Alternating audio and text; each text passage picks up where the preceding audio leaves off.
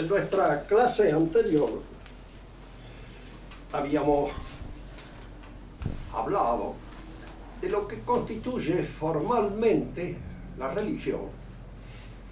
Y habíamos visto al mismo tiempo que la religión es una. No puede haber varias religiones. Y que si existe el problema del ecumenismo o de la universalidad de la religión, ese ecumenismo o esa universalidad tiene que pertenecerle, de hecho, formalmente, a la religión única, que es al mismo tiempo universal, ecuménica. Pero aquí es donde conviene aguzar un poco el entendimiento para advertir en qué consiste esa universalidad y cómo se distingue una universalidad que cualifica intrínsecamente una realidad de una universalidad por extensión que no es un calificativo formal o intrínseco de esa realidad. Aclaremos un poco esto. Hay en lógica una ley que dice que cuando más universal es un concepto, se refiere a más cosas, pero al mismo tiempo tiene menos contenido intrínseco. Es decir, tiene menos notas constitutivas que lo distinguen.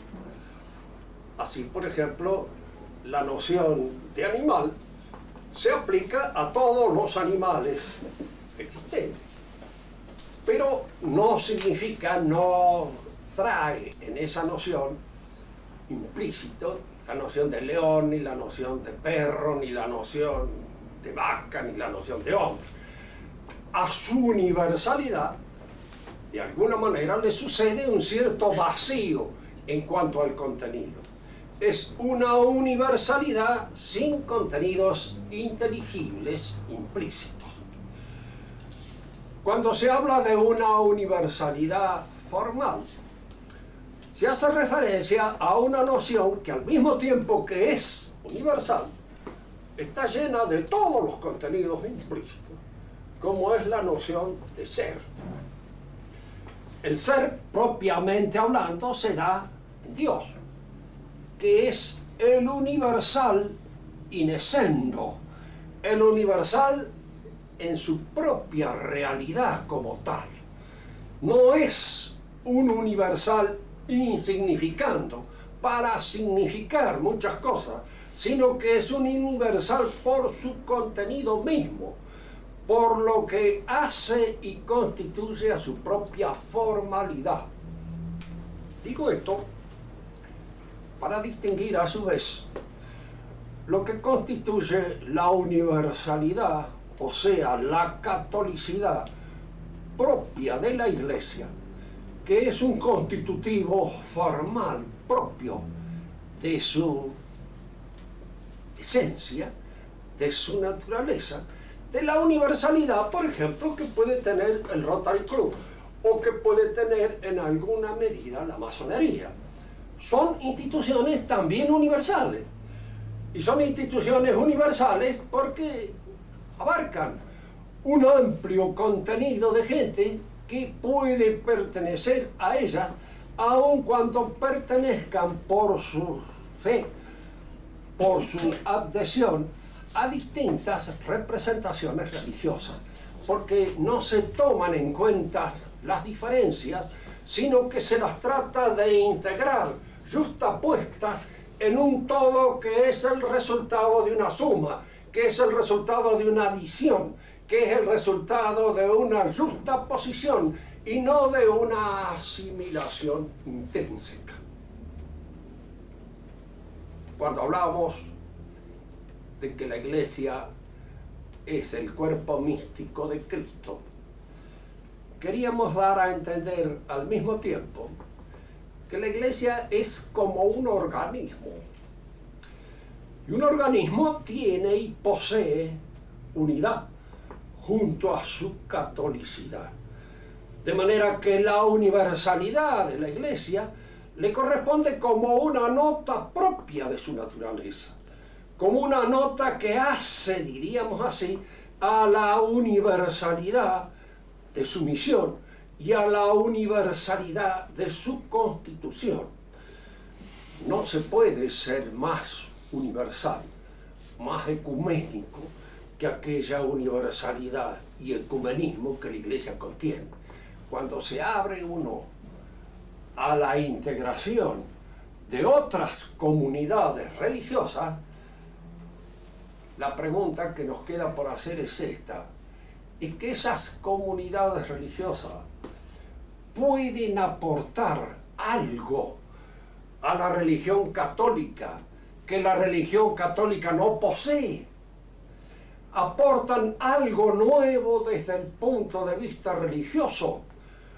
¿O lo único que aportan son sus deficiencias, sus desfallecimientos, sus errores, su falta precisamente de universalidad en el sentido lato y completo en que lo es la Iglesia Católica?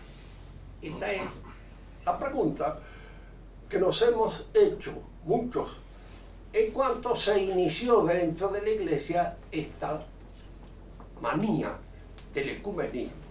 Digo manía porque era un salir al encuentro de una serie de posiciones religiosas que en su contenido propio negaban un aspecto de la verdadera religión, herejía, o no completaban la visión completa que se tiene de la religión. Pensemos, por ejemplo, en una de ellas. El judaísmo, ¿por qué no es una religión completa? Falta Cristo. Entonces la religión se consuma, termina, se realiza. Y con Cristo y la fe en Cristo falta la gracia redentora, la gracia que es capaz de transfigurar la realidad humana, cristificándola. Entonces es una religión que ha quedado a medio camino, incompleta, y que como todas las cosas que quedan a medio camino, no solamente niega aquello que le falta, sino que en alguna medida se preocupa por combatirlo y por deformarlo, presentándolo bajo un aspecto que no es el verdadero. Y por eso la actitud en general del judío, que no es tanto religiosa como vindicativa con respecto a la religión verdadera, porque ellos se hacen este razonamiento: si los cristianos tienen razón, nosotros estamos en problema, la hemos errado. Y aquí procuren hacer lo que decía aquel refrán español: procure siempre acertalla el honrado y principal, pero si la acierta mal, sostenella y no enmendalla. En cierto modo la han acertado mal y entonces tratan de sostenerla y no enmendarla. Y si nosotros nos referimos a algo que depende directamente en su constitución de la religión judía, que es el mahometanismo, lo que tiene de religioso está en el Antiguo Testamento. Es lo propio de la que el Antiguo Testamento nos revela. Es lo que nos manifiesta y nos enseña en alguna medida los libros que pertenecen a la, ¿cómo es que se llama?, a la Torah, a los 5 libros primeros del Antiguo Testamento, que constituyen el fundamento de la fe musulmana. Cuando a veces se habla con ese irenismo, con ese deseo de pacificación a toda costa, que parece ser el leitmotiv constante del pensamiento vaticano actual, y se nos habla de que al fin de cuentas nosotros creemos en el mismo Dios que Mahoma. Podemos decir, sí, Dios es uno, es el mismo, pero nuestra forma de llegar a Él no es la misma, porque la versión que nosotros tenemos de Dios, que viene de nuestro Señor Jesucristo, es una versión que completa el sentido y el conocimiento de su unidad, admitiendo que al mismo tiempo que uno es trino. Y esta idea de la Trinidad divina, esto no está en el Corán. no es una idea maometana. De manera que nosotros adoramos al Dios Trino y ellos no adoran al Dios Trino. Y no adoran, por supuesto, a Jesucristo y al Verbo, de manera que no tienen el mismo Dios que nosotros. Tienen otro Dios. Aquí es donde conviene también hacer una referencia al ecumenismo desde otro ángulo, desde otro punto de mira. Porque el mahometanismo, el islamismo, es también ecumenista. Aparece como una religión universal y aparece en alguna medida referida a todos los hombres que deben ser convertidos al Islam, a la verdadera fe que el Islam nos enseña. Esta universalidad del mensaje de Mahoma es la misma universalidad que la del mensaje de Cristo. Hay dos maneras de universalizarse el hombre.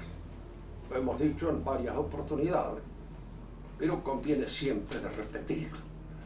El hombre se universaliza por lo alto, por el espíritu, en la ciencia, en el saber, en el conocimiento, que da la razón.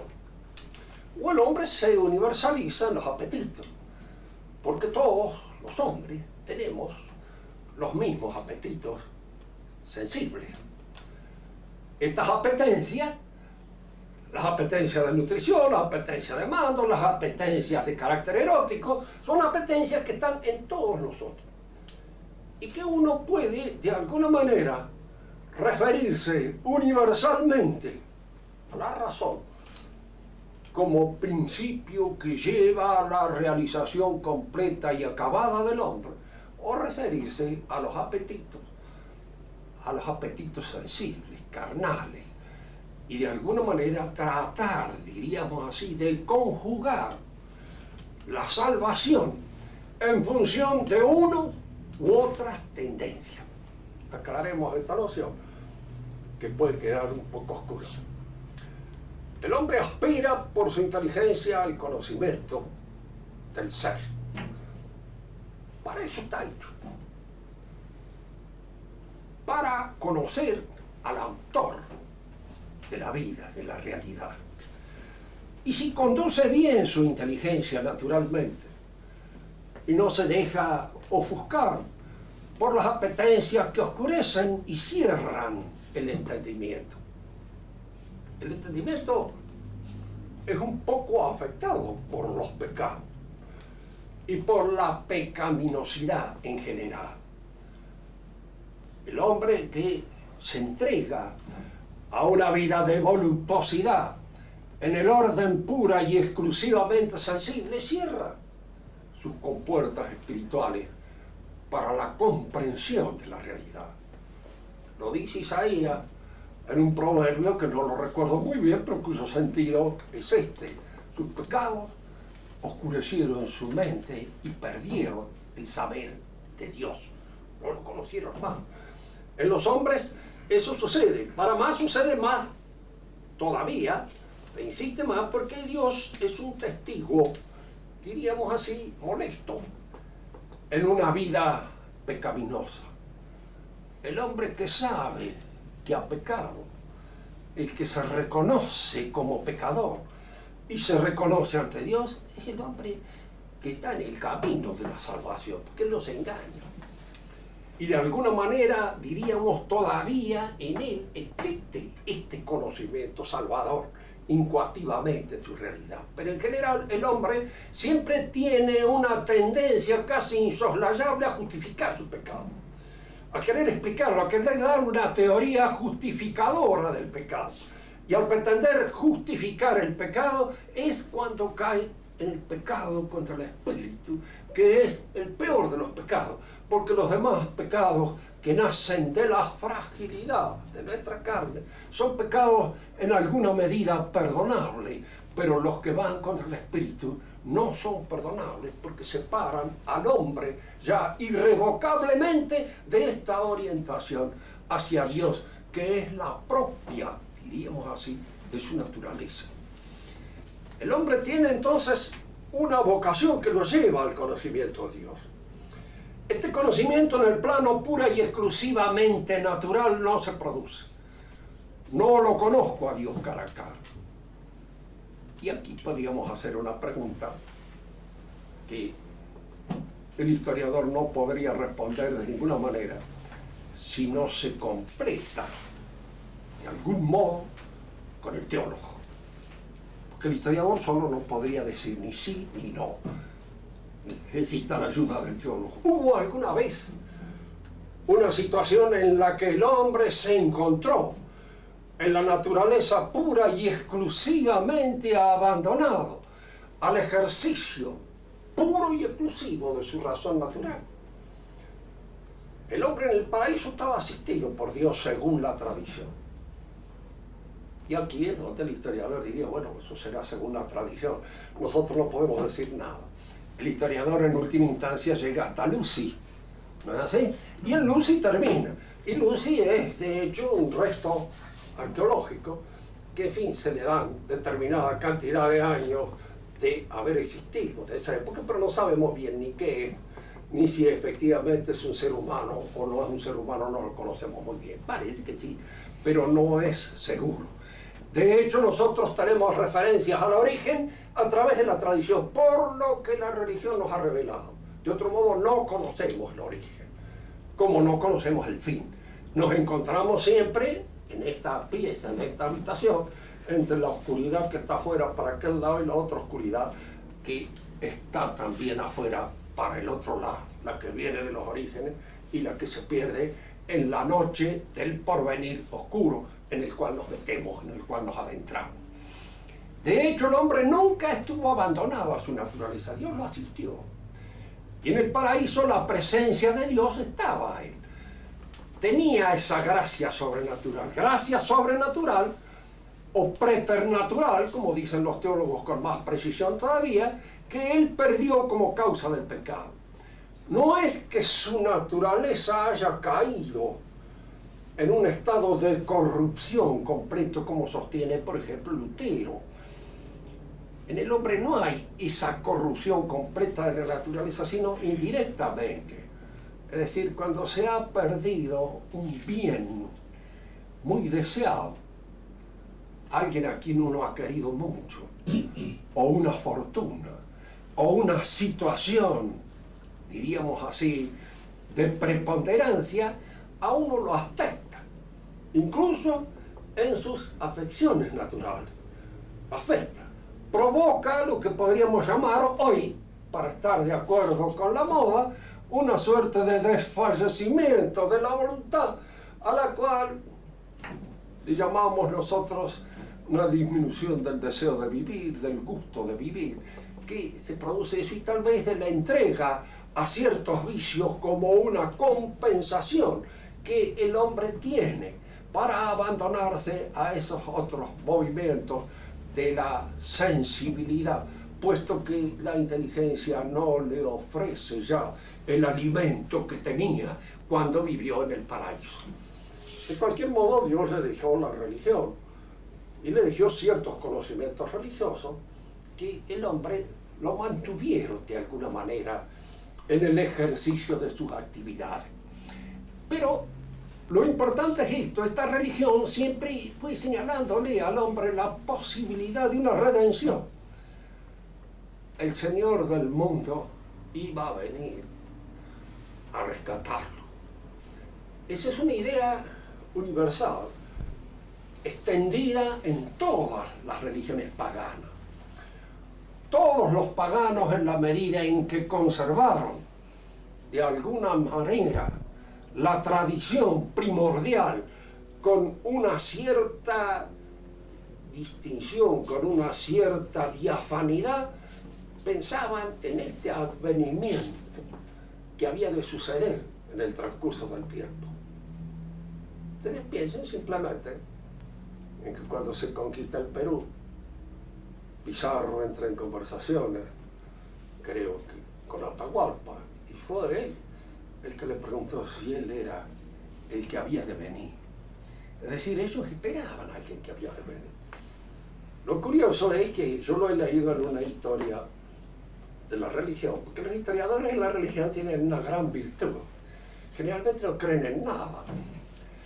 Y entonces hacen una historia de la religión en la cual falta el encanto de la fe, que es el que permite la apertura del espíritu hacia las verdades de fe que allí se producen. Parece ser que uno de los principios de la sabiduría en toda persona que se ejercita en este tipo de conocimiento no tener en cuenta para nada la opinión del creyente, como si su experiencia o su propia fe le oscurecieran el acceso a las verdades religiosas. Entonces, este autor de la historia de las religiones supone que Atahualpa era un zanahoria, un perfecto imbécil que estaba esperando no sabía qué, y que confundía de que Pizarro podía hacerlo. Y Pizarro a su vez era un embaucador que le hizo creer a este que efectivamente él traía aquel que ellos esperaban. Fíjense que la realidad, vista así tal vez con la ingenuidad y con la inocencia, yo de ser ingenuo e inocente nunca me he alabado de ninguna manera, pero admitiendo de que la fe me haga ser ingenuo o inocente, es que los dos tenían razón. Atahualpa porque esperaba precisamente el advenimiento de eso que ellos estaban esperando, y el otro porque lo traía. No lo traía él personalmente era un pecador, pero traía a su sacerdote, lo traía, diríamos, al Cristo sacramentado, y en esa sacramentación de Cristo traía lo que el otro esperaba, eso que estaban esperando. Esto dejó, diríamos así, Dios a los hombres esa esperanza. Esperanza que es curioso, todos los hombres la tuvieron. Incluso la tenían en aquellos símbolos religiosos que constituían lo que podríamos llamar los recursos litúrgicos, rituales inmediatos de la vida del gobierno. El rey era sacerdote y rey al mismo tiempo. Tenía la corona del sacerdote y el cetro del que mataba, pero era un sacerdote y rey. Y en cierto modo era curioso, para la mayor parte aún de las tribus insignificantes, este rey, sacerdote, era rey y sacerdote del mundo. Si ustedes escuchan bien y de alguna manera logran afinar la intuición, verán de que este rey representaba el que iba a venir. No era él el rey del mundo, pero el rey del mundo es el que iba a venir. Y el que iba a venir precisamente como rey y sacerdote, en la persona de Cristo, del Mesías, del anunciado, del sóter o del Salvador. Bien, lo que nos interesa a nosotros ahora indicar es esto: cómo la religión verdadera, aquello que va a venir, supone al mismo tiempo una transfiguración, una transformación de nuestra realidad. Transformación de nuestra realidad que se incoa en los movimientos propios del espíritu, es decir, en el conocimiento, en la razón, en la inteligencia y en la voluntad. En la inteligencia por la fe y en la voluntad por la esperanza. La fe porque la fe es un conocimiento. Siempre hemos insistido acá sobre este aspecto. La fe, tal como la enseña el catolicismo, es conocimiento. Y es conocimiento objetivo. Es mi adhesión objetiva a aquellos dogmas, a aquellos principios que la Iglesia Católica enseña. Eso constituye el objeto de la fe. No hay que confundir la fe con lo que en alguna medida el protestantismo ha enseñado como fe. El protestantismo ha enseñado como fe un estado de convicción intrínseca de que me voy a salvar. Es decir, la fe propia del protestante es un sentimiento, no es un conocimiento. Y esto es importante, porque el sentimiento siempre es una resonancia que viene en nuestra afectividad como consecuencia de un impacto cognoscitivo, de un impacto que hace nuestra inteligencia o que nuestros sentidos reciben al percibir algo que provoca a nosotros una emoción y que posteriormente deja la latencia de un sentimiento. Pero no es conocimiento. En el católico, lo del sentimiento, lo hemos dicho en otras oportunidades, es completamente aleatorio. Yo puedo sentir frente a los dogmas que me enseñan un gran sentimiento de adhesión. No puedo sentir nada. Personalmente tengo una tendencia a no sentir nada. Es decir, tengo una tendencia a que los sentimientos no se me reflejan en esos aspectos. Se manifiestan en otras cosas, pero no en eso. Yo adhiero pura e intelectualmente a aquello que la Iglesia propone como fe. Y en eso constituye mi fe. Y esa fe es un conocimiento que me abre una perspectiva, un horizonte de saber que no lo tengo naturalmente, que naturalmente no lo puedo conquistar, que naturalmente no lo puedo lograr. Y fíjense que a veces es tan misterioso este conocimiento que no lo logramos. Los católicos que somos casados y sabemos que nuestra relación con nuestra mujer es la misma relación de Cristo con la Iglesia, no sabemos qué constituye esto.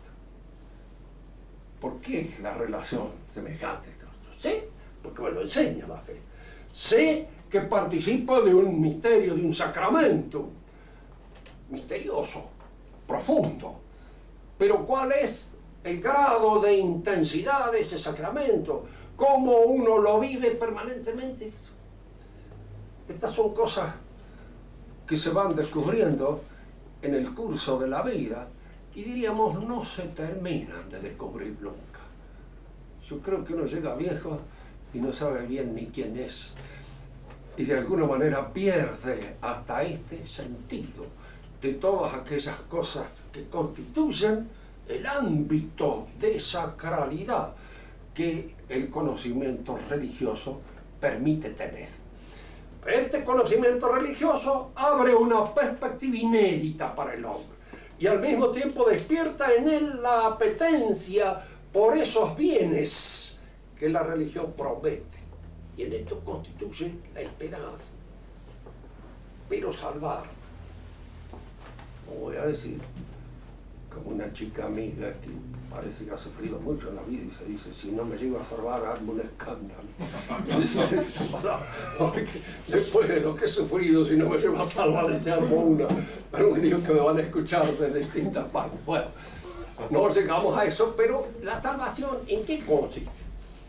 De hecho, dirá la misma Iglesia, nos dice a nosotros, consiste en la visión de Dios. ¿Y la visión de Dios qué es? ¿Qué es lo que nos promete? Es algo que pertenece al orden intelectual, espiritual del hombre.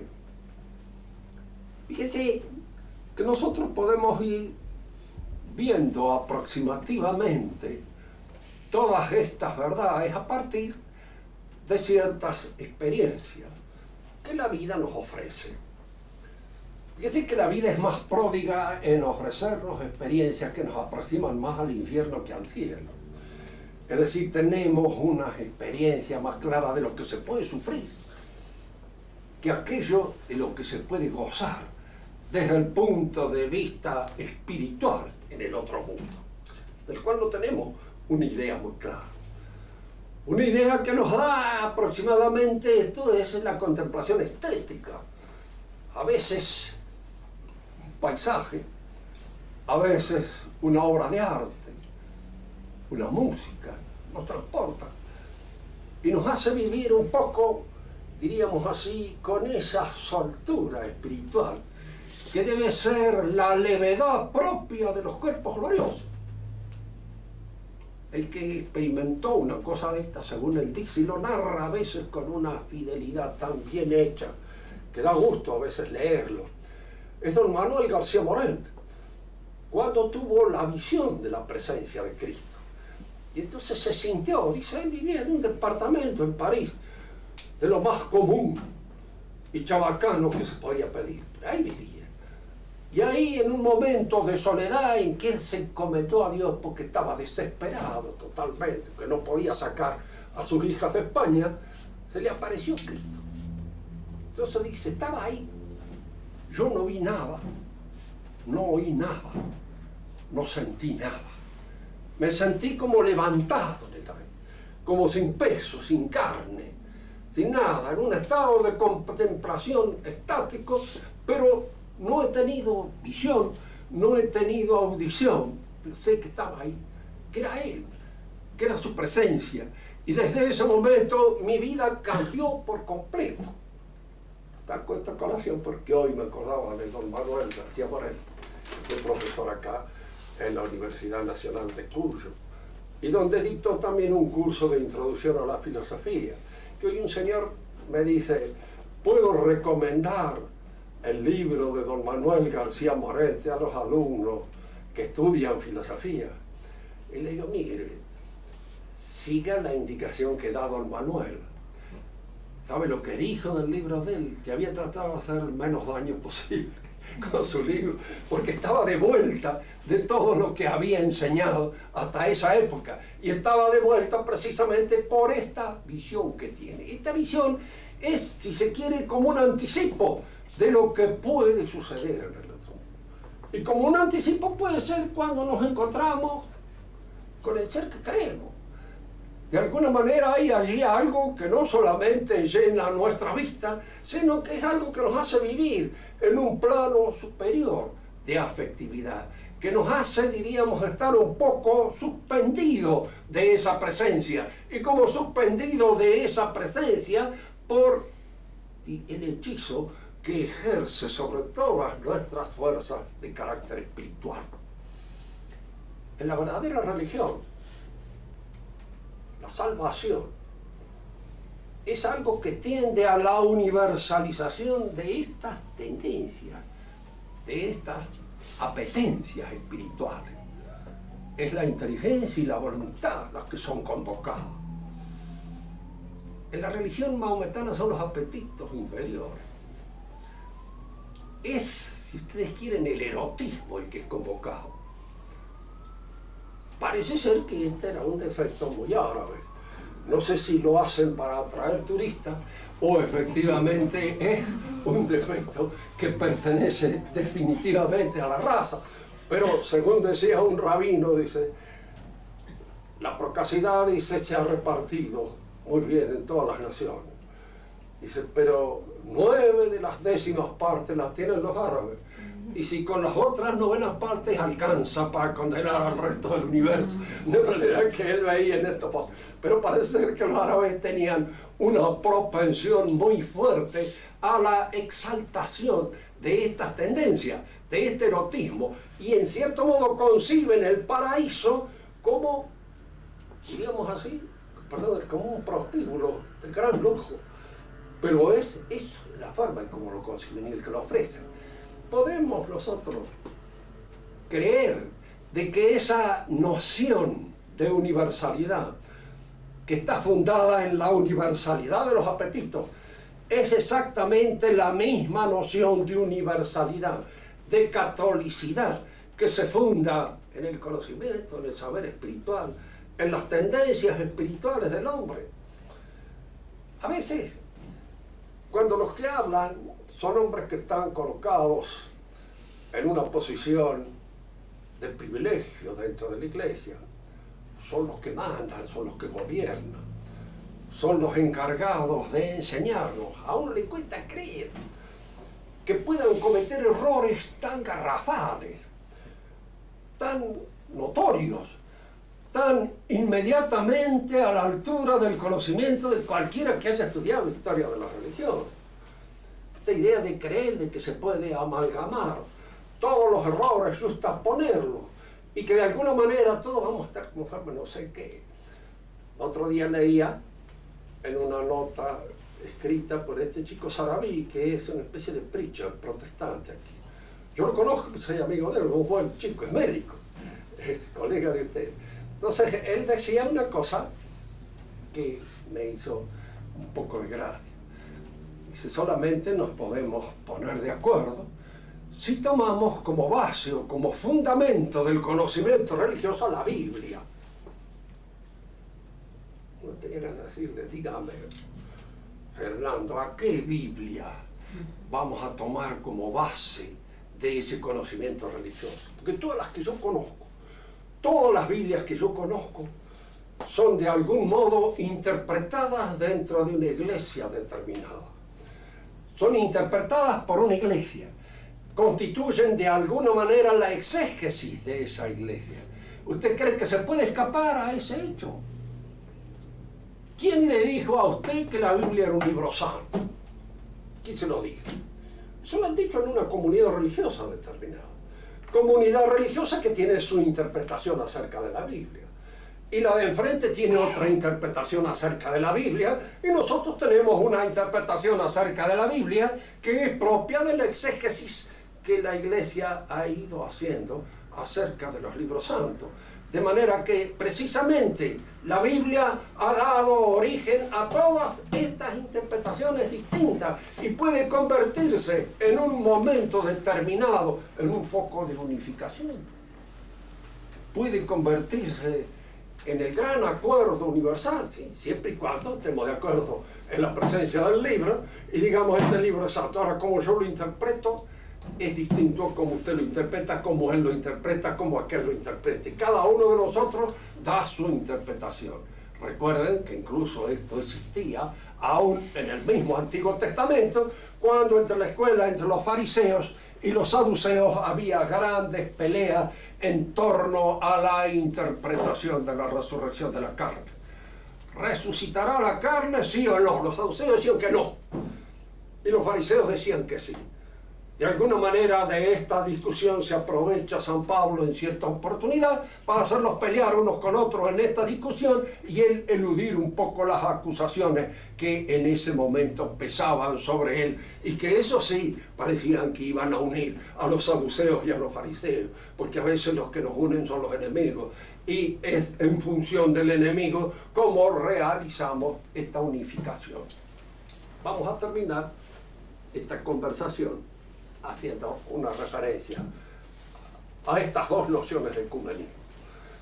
Hay un ecumenismo de justaposición que nace, diríamos así, en la Iglesia por un prurito de lo que llamaríamos más bien político. La política es el arte de establecer la convivencia de conformidad con las situaciones que el momento y la oportunidad ofrecen. Yo vivo en un barrio en donde hay judíos, hay maometanos, hay protestantes. ¿Sí? Nos pondremos de acuerdo en mantener el barrio limpio, en evitar los bochinches, en evitar las patotas, en evitar la suciedad, etc. Nos podemos poner de acuerdo. Pero no hablemos de religión, porque si hablamos de religión vamos a entrar en desacuerdos profundos. La política aconseja que ese acuerdo se realice en esas cosas. ¿Por qué? Porque es un orden de convivencia en lo cual si efectivamente existe una pluralidad de presencias espirituales hay que tenerla en cuenta y admitirla como tal. No se puede liquidar a todo el mundo. Y si se pudiera liquidar a todo el mundo, bueno, entonces ya habría que pensarlo si era conveniente. Y de esa manera imponer una sola manera de vivir, porque siempre mejor la unidad que la pluralidad, como deseo, como anhelo, como perspectiva. Mejor estar de acuerdo y no en profundos desacuerdos.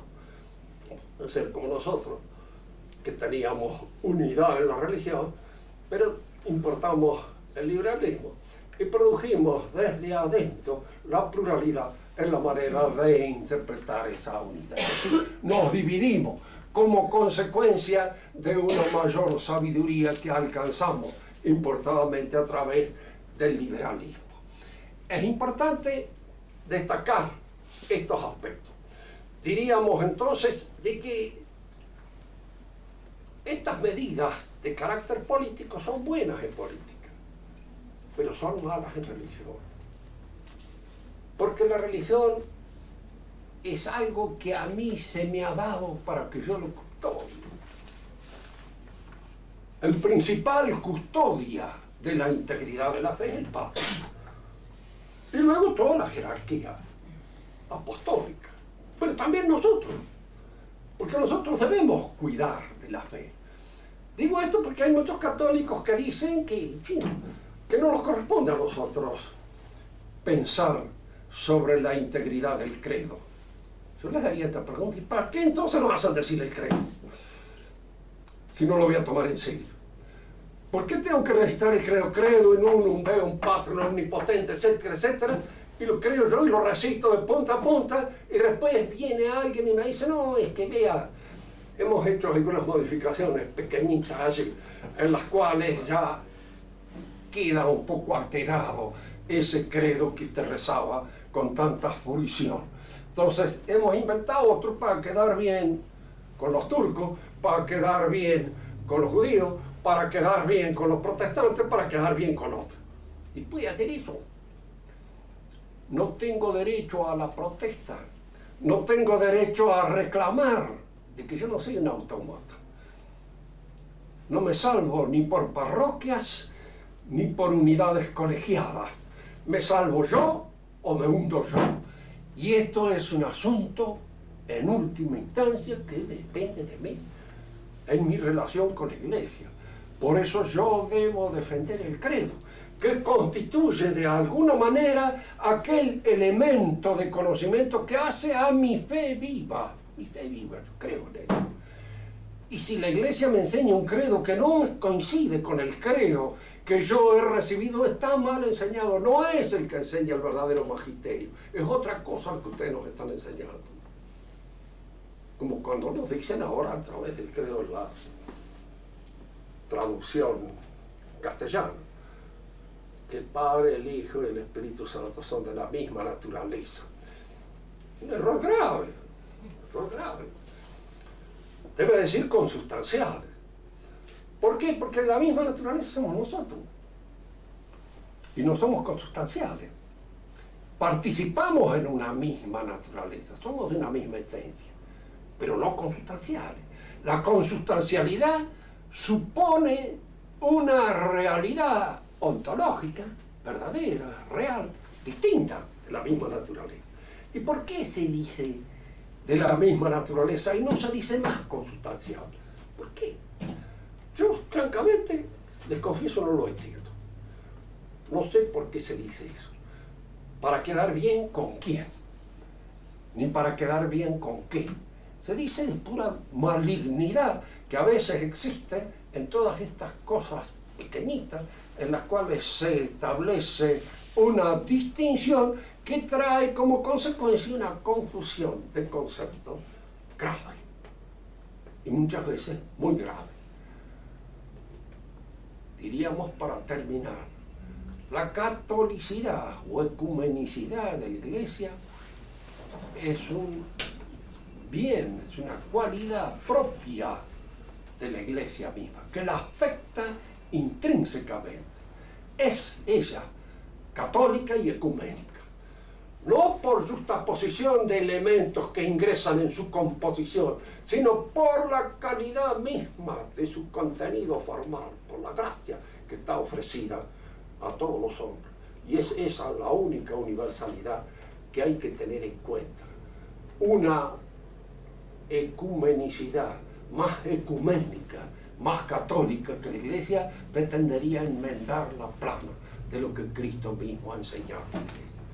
Y esto es un error religioso grave, que no hay ninguna política que lo explique, porque la política trabaja, ya les digo, sobre otros elementos.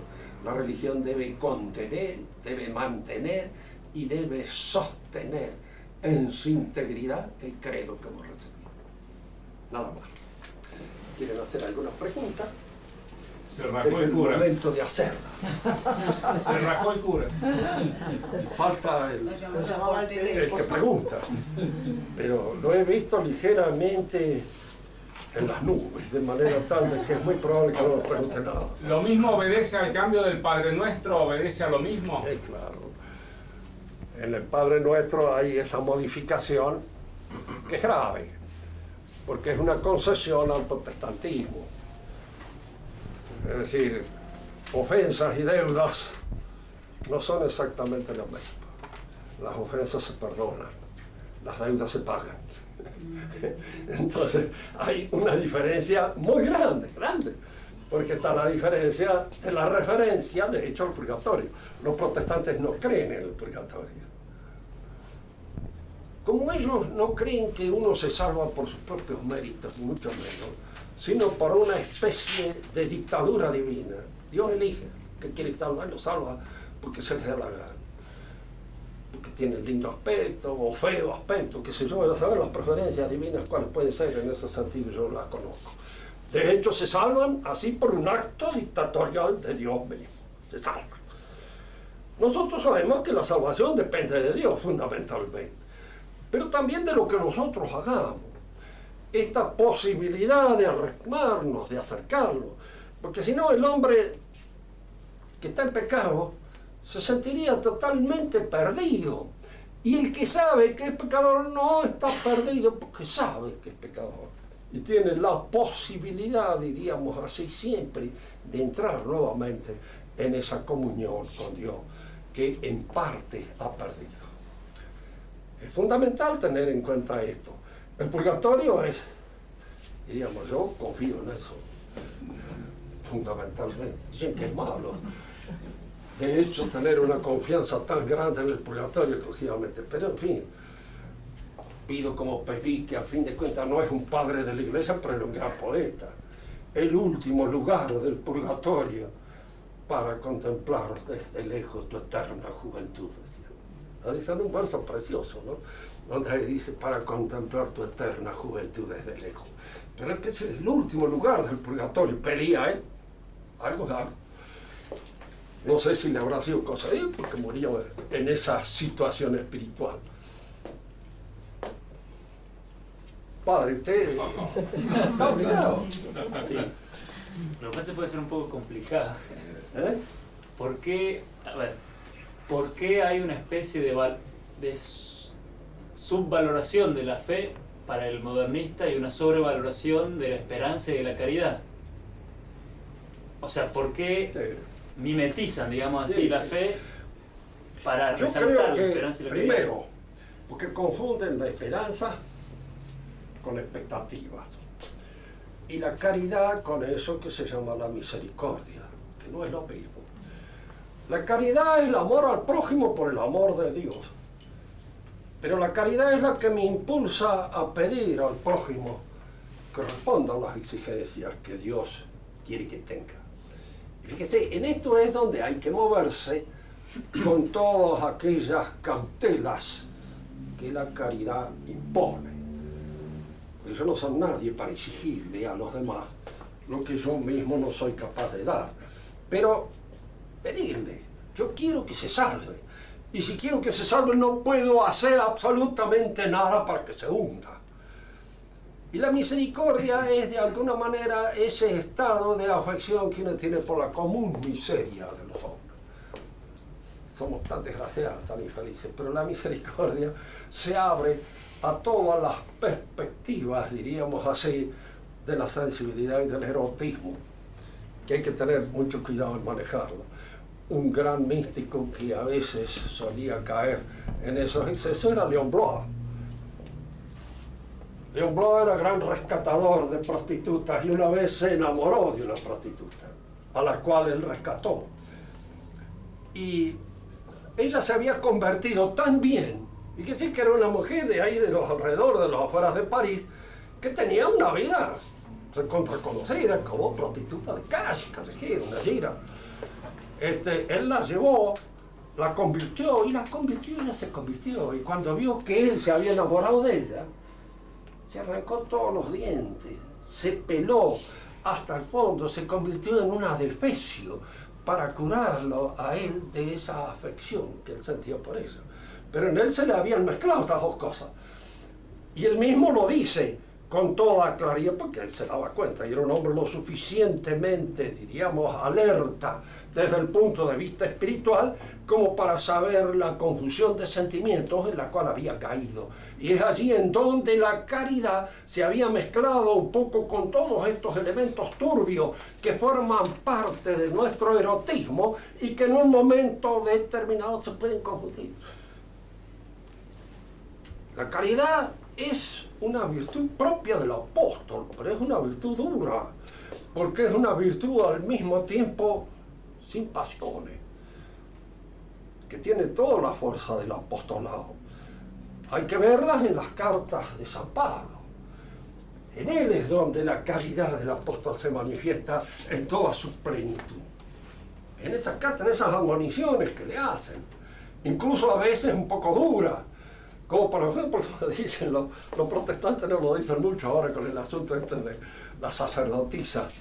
Dice que San Pablo dice que las mujeres no deben de hablar en la iglesia. Lo dice. Dice, no deben de hablar en la iglesia. No es que no deban hacer eso, sino que no deben hablar.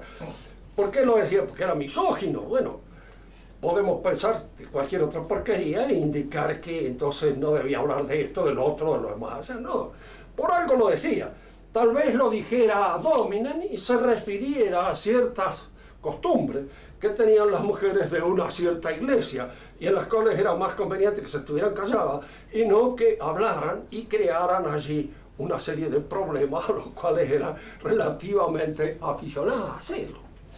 Entonces, en él la caridad no está de ninguna manera eximida de una cierta severidad en el trato con aquellos de quienes quiero el bien. Los que son padres o los que son madres saben perfectamente bien de que uno quiere la salvación de su hijo. Y si uno quiere la salvación de su hijo en un momento determinado, pues no es conveniente entrar en componendas con sus debilidades. Porque si uno atiende a sus debilidades, acaricia sus debilidades, indudablemente lo está convirtiendo en un gordito incompetente, desgraciado, infeliz, acariciado y mimado, que no va a responder en ningún momento determinado a las exigencias que debe tener. Es como todos esos otros chicos medios maricones a los cuales les preguntan hoy si quieren hacer el servicio militar, de que estamos hablando. Están todos asustadísimos de encontrarse frente a un sargento. Claro.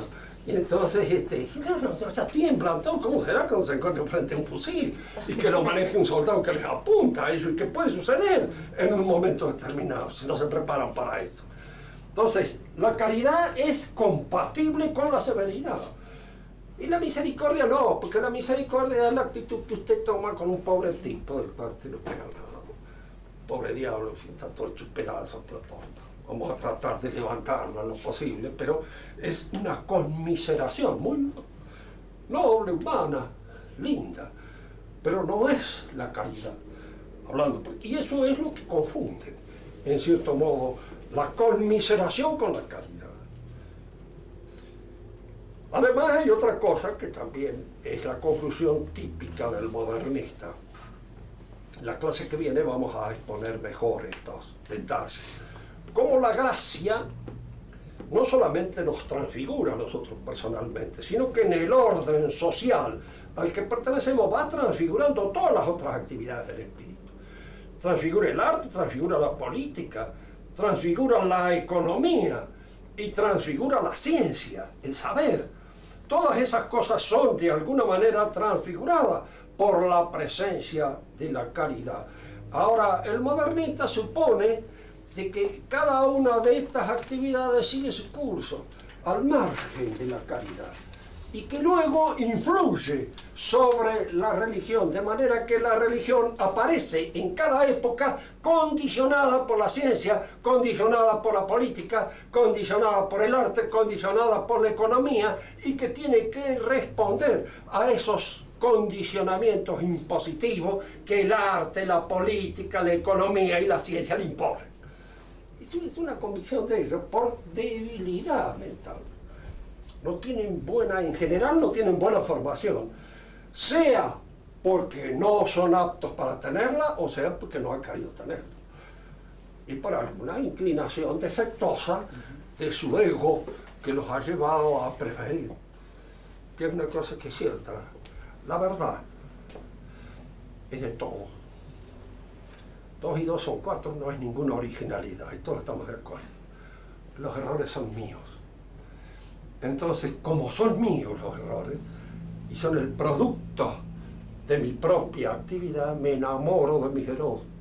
Y no me enamoro de la verdad, porque la verdad es de todos. Y la verdad participa en todo. en esa historia que yo les contaba a ustedes que había hecho Lanza del Basto, que no es precisamente lo que yo llamaría un padre de la iglesia en el verdadero sentido del término, pero que tiene cosas inteligentes y a veces bien vistas. Y una de esas era esto: Judas parece que fue el primero dentro de los apóstoles que descubrió que Cristo era el Verbo divino. Y entonces reunió a todos los demás apóstoles y les comunicó esta novedad que él había descubierto, que Cristo era el Verbo. Entonces los otros dijeron, me parecía a mí que era eso. Entonces se enojó Judas. Como tipo infeliz, desgraciado, a quienes estoy ilustrando, a quienes les estoy indicando, resulta que también habían llegado de alguna manera a abarruntar de que Cristo era el Verbo divino hecho carne. Entonces esto ha dejado de ser un descubrimiento mío, una cosa que yo he fabricado para convertirse en una cosa común, válida para todos, incluso al alcance de estos papanatas a los cuales él de alguna manera les tenía un cierto menosprecio. La verdad es de todo y el error es mío. Y entonces me enamoro en general del error porque es mío. Reconozco en él el producto de mi lucubración. Y en la verdad no reconozco nada más que el acierto que tiene la inteligencia cuando se adecua a lo que es. Por eso en la mayor parte de los modernistas hay siempre un teólogo original que ha encontrado su descubrimiento. Y a veces sin ser modernista. Recordemos uno, medio compañero nuestro, que había descubierto la Inmaculada Concepción de San José. Y no sé para qué. Claro, no sé para qué la había descubierto. ¿Qué necesidad había de que San José hubiera sido inmaculado si no es del cuerpo de él de donde ha nacido Cristo? Pero era una cosa, se le había dado, en un momento determinado lo descubrió, y como era una cosa que salía de él, la sostuvo contra viento y marea. Por supuesto, un error. Y acá no había ninguna necesidad de entrar. Prurito de originalidad. Y en los modernistas hay muchos prurito de originalidad. Muchos. Esos creo que a uno lo miran como, ellos parecen un Pierrot lunar, caídos del cielo, y todo el resto, los demás, unos pobres infelices que no entienden absolutamente nada. Yo me acuerdo, yo fui alumno del padre Serpich, y con el cual aprendí algo de tomismo. Pero cuando volvió de Alemania, después de haber pasado muchos años, vino con un cerebro bien lavado y el modernista completo. Entonces, en una oportunidad lo invité a ir a casa y miró todas las cosas que yo tengo. Un montón de macanas que tenés acá. Y le digo yo, mire padre, yo me llamo Calderón, Boucher. Son apellidos de tamberos, de chacareros, de soldados más o menos buenos en algunas oportunidades, pero no de filósofos. Le digo, es un apellido. En cambio usted es el Pitch Lange, sí, entra, digo, en calidad de filósofo. Usted puede ser un gran filósofo, yo no. Por eso yo cuando me aferro a una cosa que la descubro, que me quedo agarrado. Y usted cambia, se modifica. Estaba en Alemania un tiempo y ahora viene con otras ideas, muy distintas a las que sostuvo en la época en que nos enseñó. Pero como yo soy un mate de vasco, puramente y exclusivamente estrecho, y de alguna manera aferrado serrilmente a aquellas cosas que agarro, digo, yo me he quedado lo mismo que estaba antes. Y que le agradezco muchísimo su deseo de movilizarme, pero no me habló más. En una oportunidad en que me ofrecieron dar la cátedra de estudios medievales, de filosofía medieval en la facultad, él se opuso. Y la agarró él, gratis. Pero que no me la diera. No, se opuso enérgicamente.